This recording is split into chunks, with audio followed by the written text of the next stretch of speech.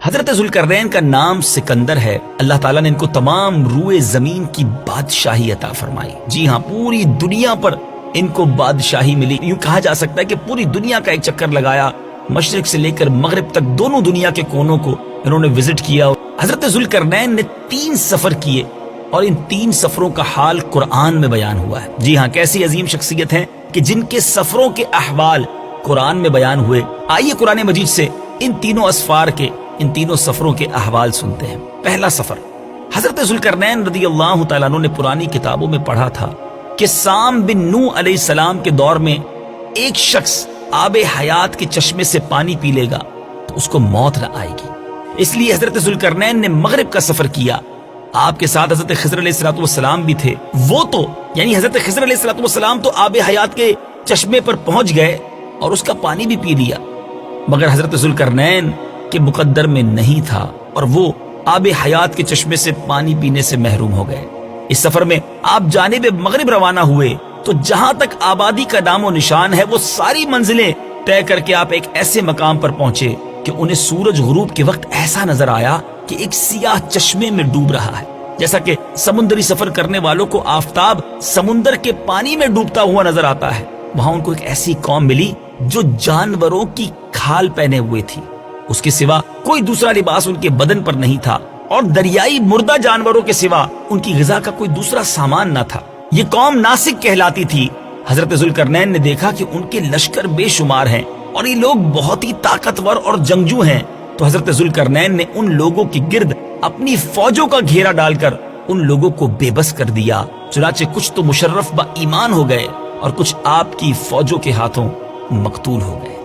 دوسرا سفر، پھر آپ نے مشرق کا سفر اختیار کیا. ویسٹ کے بعد آپ نے ایسٹ کا، مغرب کے بعد آپ نے مشرق کا رخ اختیار کیا، یہاں تک کہ جب سورج طلوع ہونے کی جگہ پہنچے تو یہ دیکھا کہ وہاں ایک ایسی قوم ہے جن کے پاس کوئی عمارت اور مکانات نہیں ہے.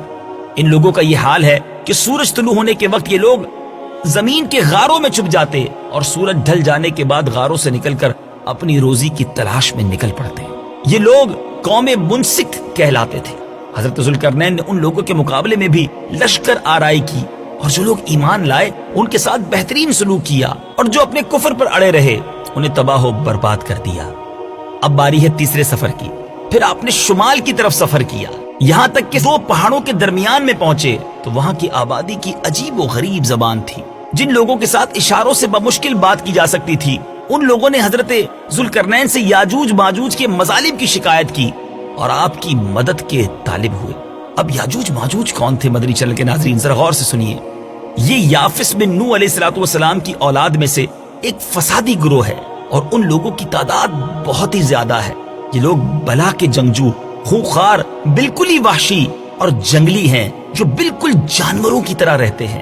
موسم ربی میں یعنی بہار کے موسم میں یہ لوگ اپنے غاروں سے نکل کر تمام کھیتیاں اور سبزیاں کھا جاتے تھے اور خشک چیزوں کو لاد کر لے جاتے تھے.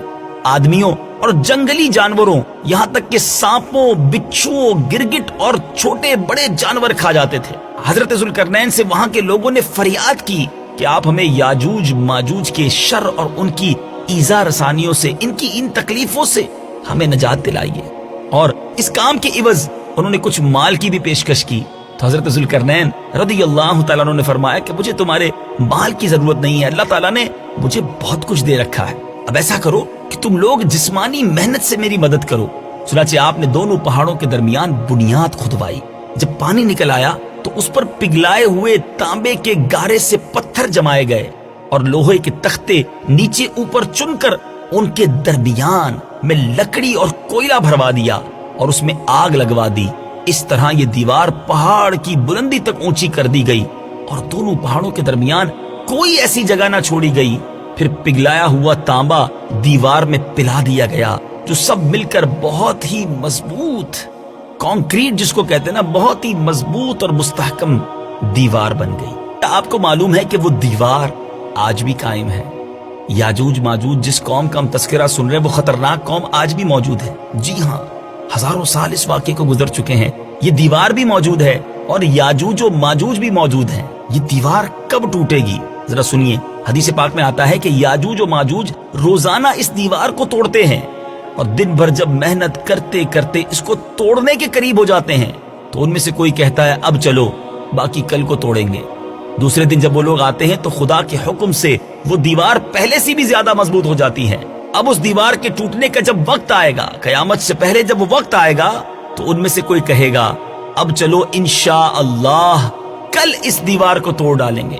ان لوگوں کے انشاءاللہ کہنے کی برکت سے اور اس کلمے کا یہ ثمرہ ہوگا کہ دوسرے دن دیوار ٹوٹ جائے گی. قیامت قریب ہونے کا یہ وقت ہوگا. دیوار ٹوٹنے کے بعد یاجوج ماجوج باہر نکل پڑیں گے اور زمین میں ہر طرف فتنہ و فساد اور قتل و غارت گری کریں گے. چشموں اور تالابوں کا پانی پی ڈالیں گے اور جانوروں اور درختوں کو کھا ڈالیں گے. زمین پر ہر جگہ وہ پھیل جائیں گے مگر مکہ مکرمہ، مدینہ طیبہ اور بیت المقدس، ان تینوں شہروں میں یہ داخل نہ ہو سکیں گے. پھر حضرت عیسیٰ علیہ السلام کی دعا سے ان لوگوں کی گردنوں میں کیڑے پیدا ہو جائیں گے اور یہ سب کے سب ہلاک ہو جائیں گے. اللہ تعالی ہم سب کو یاجوج و ماجوج کے فتنوں سے محفوظ فرمائے، ہم سب کے ایمانوں کی حفاظت فرمائے. کہ قرآن مجید میں کیسی کیسی تاریخی باتیں ہیں. ہمیں قرآن کے واقعات پڑھنے کا وقت نہیں ہے. اگر قرآن پڑھیں، اس کی تفسیر پڑھیں تو نہ جانے کتنا سارا علم ہم حاصل کر سکتے ہیں. دنیا کی بہت ساری باتیں ہمیں معلوم ہیں مگر اسلامک ہسٹری اور اسلامی واقعات ہمیں نہیں معلوم. آئیے نیت کرتے ہیں قرآن پڑھیں گے بھی اور اس کو سمجھنے کی بھی کوشش کریں گے. الحمدللہ مکتبۃ المدینہ نے ہمارے لیے ایک بہت خوبصورت تحفہ صراط الجنان تفسیر قرآن کا عطا کیا ہے. آپ اسکرین پر بھی صراط الجنان کا ٹائٹل دیکھ رہے ہوں گے. یہ بہت شاندار تفسیر قرآن اور بڑے آسان الفاظ میں موجود ہے. مکتبۃ المدینہ سے اسے حاصل کیجئے. آپ چاہیں تو اسے dawat-islami.net سے ڈاؤن لوڈ بھی کر سکتے ہیں. یاجوج و ماجوج کا یہ کہنا کہ انشاءاللہ کل آ کر دیوار توڑیں گے تو انشاءاللہ کی برکت سے وہ دیوار بھی ٹوٹ جائے گی. اے میرے میٹھے اسلامی بھائیوں ذرا غور کیجئے. انشاءاللہ جو ہے وہ کاموں کو پورا کروا دیتا ہے. بعض اوقات ہم کہتے ہیں میں کل آ جاؤں گا، میں شام 5 بجے پہنچ جاؤں گا، میں پرسوں یہ کام ضرور کر دوں گا. اگر اس کے ساتھ انشاءاللہ بھی شامل کر لیں تو انشاءاللہ خیریت سے پہنچ جائیں گے، خیریت سے کام پورا ہو جائے گا. اللہ کے نام کی برکت سے ہمارے کام میں آنے والی رکاوٹ جو ہے وہ دور ہو جائے گی. اللہ کرے دل میں اتر جائے میری بات.